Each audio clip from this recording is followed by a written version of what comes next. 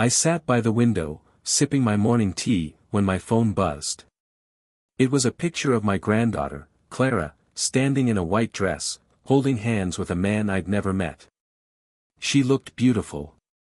Her smile could melt snow. But the words below the picture turned my heart cold. Can't wait to marry my love this weekend. Private family only. I blinked. I had to read it twice. Private family. I checked the date. The wedding was in 3 days. I hadn't received an invitation. No phone call. No visit. Nothing. If you like our revenge stories, please subscribe for more. We drop powerful news stories every week, filled with truth, emotion, and justice. Don't miss the next one. And remember, some stories hurt, but they heal too. Subscribe now, and join the journey. I raised Clara after her parents died. Changed her diapers. Helped her with homework. Took her to piano lessons. I gave up retirement to send her to college. And now, she said I wasn't family. I put my tea down and stared out the window. Something inside me shifted. The silence in my house felt louder than ever. Photos lined my wall, Clara's birthdays, graduations, holidays. I had raised her since she was 3. Her parents died in a crash. I never thought twice. I sold my truck, downsized my home, and became her father, too. She called me Grandpa Dad. That name meant the world. I worked odd jobs, mowed lawns, fixed fences, even babysat, just to pay her fees. When she got into college, I cried with joy. Now she had uninvited me from her wedding. Not a single message. Just a post on social media. Private family only. I guess I wasn't private, or family. I looked around my quiet home. No one had called me in weeks. Even Clara hadn't visited in months. I had given everything to raise her. And now, she'd given me nothing in return. Except silence. That night, I stared at my old flip phone. Should I call her? Text her? Would she even answer? Finally, I dialed her number with shaking hands. It rang 4 times, then went to voicemail. Hi, it's Clara. Leave a message. I took a breath. Clara, it's Grandpa. I saw your post. I wasn't invited. I just wanted to know why. I paused. I'm proud of you. I just wish I could have seen you walk down the aisle. I ended the call. My voice cracked. The next morning, she sent a short text. Grandpa, I didn't mean to hurt you. It's just small. Only family. Only family. I felt the sting again. I replied. I thought I was your family. No response. I sat in my armchair, wondering how love could disappear like that. But it hadn't disappeared. It had been used, and thrown away. The wedding day came. No invitation. No call. Just silence. I put on my nicest shirt anyway. Not to crash it, but because I couldn't sit home and pretend nothing was happening. I drove near the venue, parked across the street, and waited. Cars pulled in. Laughter echoed. Guests hugged. And then I saw her, Clara. Dressed like a dream. I smiled without meaning to. Until I saw her link arms with a woman I didn't know. The woman kissed her cheek. That's when I realized. She had replaced me. A new father figure had walked her down the aisle. I was just the man who paid for it all. I didn't go in. I didn't make a scene. I drove home slowly, one tear falling at a time. She could erase me from her day. But she forgot one thing. I paid for that day. And I kept the receipts. That night, I opened my drawer. Inside were envelopes, bills, contracts, payment agreements. caterer, venue, photographer, florist. All under my name. I called the bank. Yes, sir. You have several pending charges. Cancel them all, I said. Sir. Every wedding payment. Reverse what you can. Next, I called the vendors. This is Walter Jennings. I'm the payer. Cancel everything. Some asked why.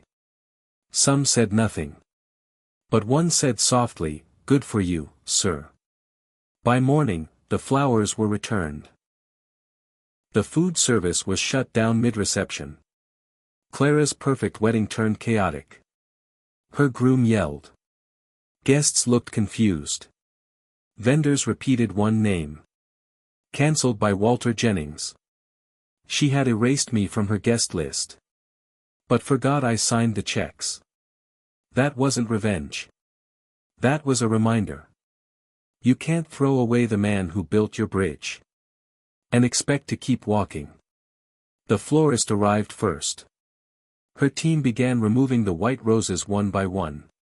Clara panicked. What's happening? She cried. Susan, the florist, said plainly, your payment was cancelled. Next, the caterer wheeled out trays of untouched food. Michael, the groom, shouted, who did this? The DJ stopped the music. The coordinator looked around. Then they all said the same name. Walter Jennings. Gasps filled the room. Michael's mother pulled him aside, whispering fast and loud. His jaw tightened. The guests sat in silence as one service after another shut down. Lighting.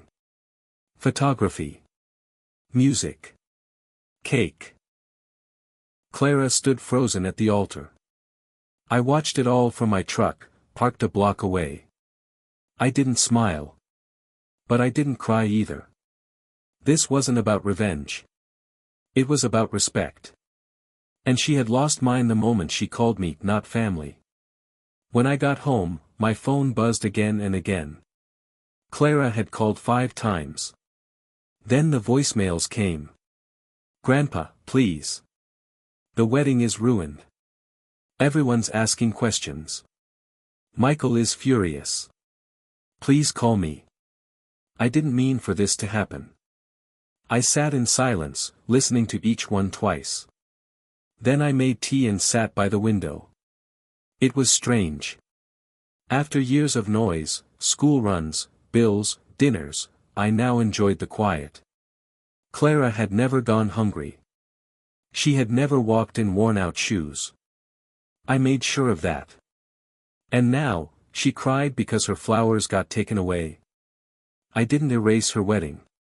She erased me. And now she was learning what it felt like to be forgotten. Maybe for the first time, she understood what I carried. I opened my cabinet and pulled out a file box. Every receipt I'd ever kept sat there, neatly labeled. Clara's school tuition. Medical bills. Prom dress. College dorm supplies. Laptop. Car. Rent. Wedding deposits. I sat down with a calculator. It took 2 hours, but I added every cent I had spent. The total? $582,300. And that was just the money. It didn't count the sleepless nights. The skipped meals. The years of working past my bones aching. I printed the total, clipped it to the stack, and slid it into a large envelope. I didn't know what I would do with it yet. But I knew one thing. Clara may have thrown away my invitation. But she couldn't throw away the truth. And now, the truth had a price tag. The next morning, I met with my old friend Nina. She used to be Clara's babysitter. Now, she was a lawyer. I handed her the envelope. She flipped through the pages. Her eyes widened. You documented all of this? Every cent, I said. She looked at me with respect. You're not here to sue, are you? No. I want her to know what I gave. Nina nodded. So we sent her a notice. Not legal action, just a reminder. She drafted a letter. Repayment requested, $582,300. Due in 30 days or further action may follow. Will you really make her pay this? She asked. I want her to feel the weight, I replied. Not in dollars. In truth. We mailed it that day. And I waited, not for her to cry. But for her to think. By evening, Clara had posted online. My grandfather ruined my wedding and sent me a bill. All because I didn't invite him. Family should forgive. It got likes. Sympathy. Tears from strangers. I said nothing. But the next day, I posted a single photo. A stack of receipts. Captioned. Here's what forgiveness paid for. Suddenly, the story flipped. People commented. She used her grandpa like a bank. How dare she uninvite the man who raised her? He's not bitter. He's brave. I didn't reply to any of them. But Clara saw it. That night, she messaged. You humiliated me in front of everyone. I replied. You humiliated me first. You just didn't have an audience. No more messages came that night. But I knew the silence meant one thing. She was finally listening. Michael's family called a meeting. They had seen my post. They read every receipt. They weren't happy. Michael's mother stood up. You told us your grandfather was out of your life, she said. You didn't say he paid for everything. Michael's father looked furious. This marriage was based on a lie. Michael turned to Clara. Why would you hide something so big? She tried to explain. I thought he didn't matter anymore. He wasn't part of our future. Michael shook his head. If he paid for everything, and you lied about it, what else is fake? That night, Michael left the apartment. He stayed at a hotel. And Clara, she sat alone in a wedding dress, watching her life fall apart. She didn't just lose a wedding. She lost trust. And that's not something you can buy back. Not even with flowers and cake. Clara called again. This time, I answered. Her voice was shaky. Grandpa, are you really asking me to pay you back? No, I said. I'm asking you to face what you've done. I didn't mean to hurt you. But you did. I thought I was grown. I thought I didn't need you. I stayed quiet for a moment. Then I said. Grown people don't throw away the hands that fed them. She cried. I didn't stop her. You gave me everything, she said softly. And you gave me silence, I replied. Then I ended the call. It wasn't about revenge anymore. It was about teaching her what family really means. And sometimes, that lesson hurts more than punishment. A week passed. Then Clara texted. I got a job. At a diner. First shift tomorrow. It wasn't much, but it was honest. I didn't cheer. I didn't say, I'm proud. I just replied. Good. Show up. Work hard. The next day she called, exhausted. My feet hurt. My manager yelled at me. I asked, did you quit? She said no. Then you're learning. She didn't like it, but she kept going. Every night she'd text me something new. I cleaned tables for 5 hours. I forgot someone's order. They yelled. I finally earned my first tip. Bit by bit, she was earning the life she thought came free. Not through my wallet. But through her own sweat. And for the first time. She wasn't just taking. She was becoming. One afternoon, I opened the mailbox and found a small white envelope. Inside was a letter. It read. For every time I didn't say thank you. Clipped to it was a check, for $150. And a handwritten list. College tuition. First apartment rent. Prom dress. Grandpa's back rubs after hard days. Forgiving me when I didn't deserve it. She ended the note with. It's not much. But this time, it's from me. I stared at the check for a long time. Not because of the money. But because she finally understood. This wasn't a debt. It was a lesson. And that check. That was the moment she passed her first test. I didn't cash it. I framed it. Because growth is worth more than money. Chapter 15, The Public Post. Clara posted on her social media again. But this time, it was different. She wrote. To the man who raised me. I'm sorry I forgot you were more than just my safety net. You gave up your dreams so I could chase mine. And when I finally had wings, I acted like I built them myself. You deserved better from me. I see that now. The comments poured in. Proud of you for owning it. Your grandpa is a legend. You're lucky he didn't give up on you. She sent me screenshots. Then she texted. I'm trying to make it right. I don't want to lose you again. I replied. You never lost me, Clara. You just forgot where to find me. And this time, she remembered. Clara didn't quit the diner. She started showing up early. She smiled more. Helped coworkers. Saved every dollar.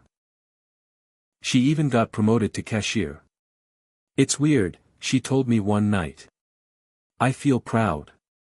Even after a long shift. I nodded. That's what real work does. She laughed. Remember when I used to roll my eyes at people like this? I remember everything, I said. She paused. I didn't know how spoiled I was. You weren't spoiled, I said. You were blind. And now, she asked. Now you're learning how to see. Her voice grew soft. Do you think I can ever make up for what I did? I told her the truth. You don't have to pay me back. Just never forget again. Clara was changing. Not into someone rich. But into someone real. Clara asked if we could meet. I want to talk. Face to face, she said. We met at a quiet cafe downtown. No tuxedos.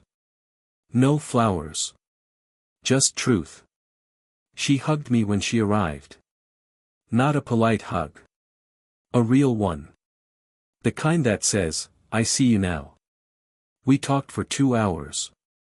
About spilled drinks, rude customers, and saving coins. About her mistakes. About my sacrifices. About how silence can break a person.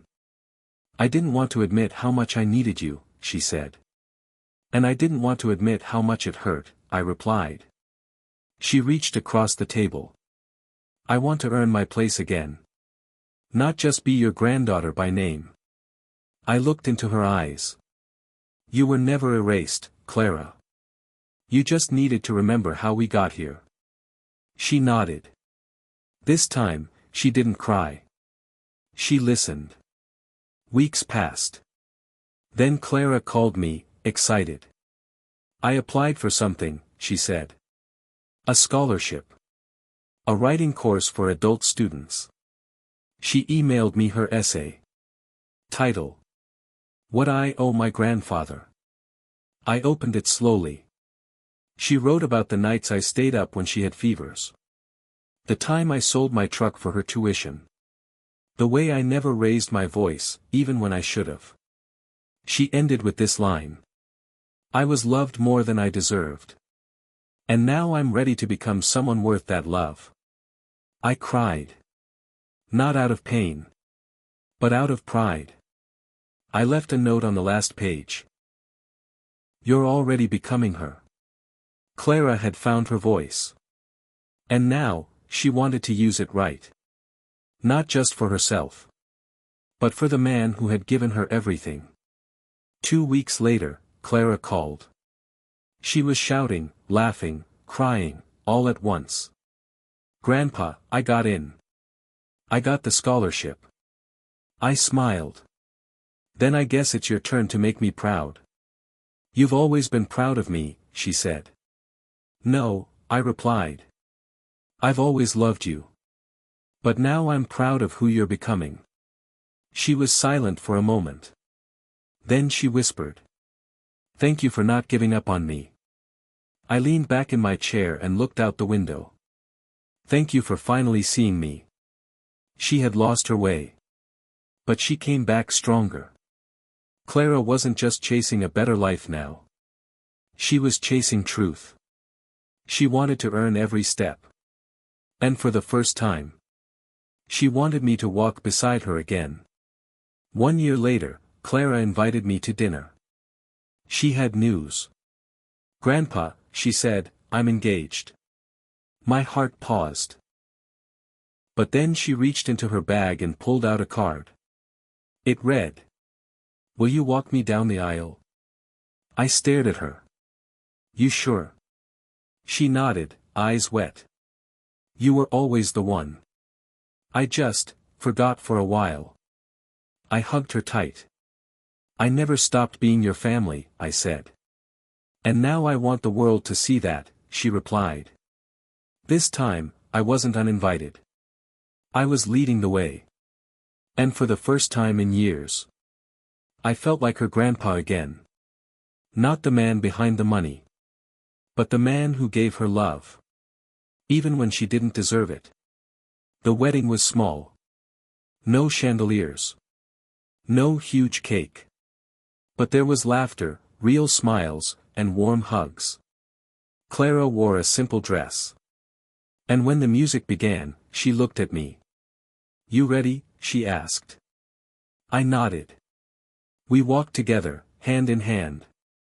Down the aisle. No anger. No distance. Just love.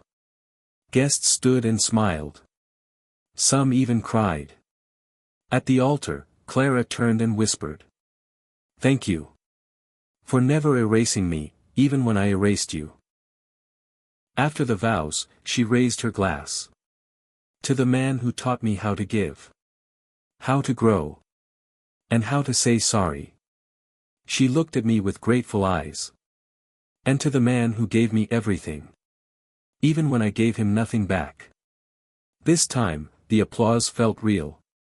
And so did I. A month after the wedding, I got a letter in the mail. It was from Clara. Inside was a thank you card and a check, $3,000. She wrote, "From tutoring kids, waiting tables, and weekend writing jobs. It's not everything. But it's something. From me." At the bottom she added, "And I know now. Your love never had a price. But mine finally has value." I smiled and held the check. I didn't need it. But I cashed it.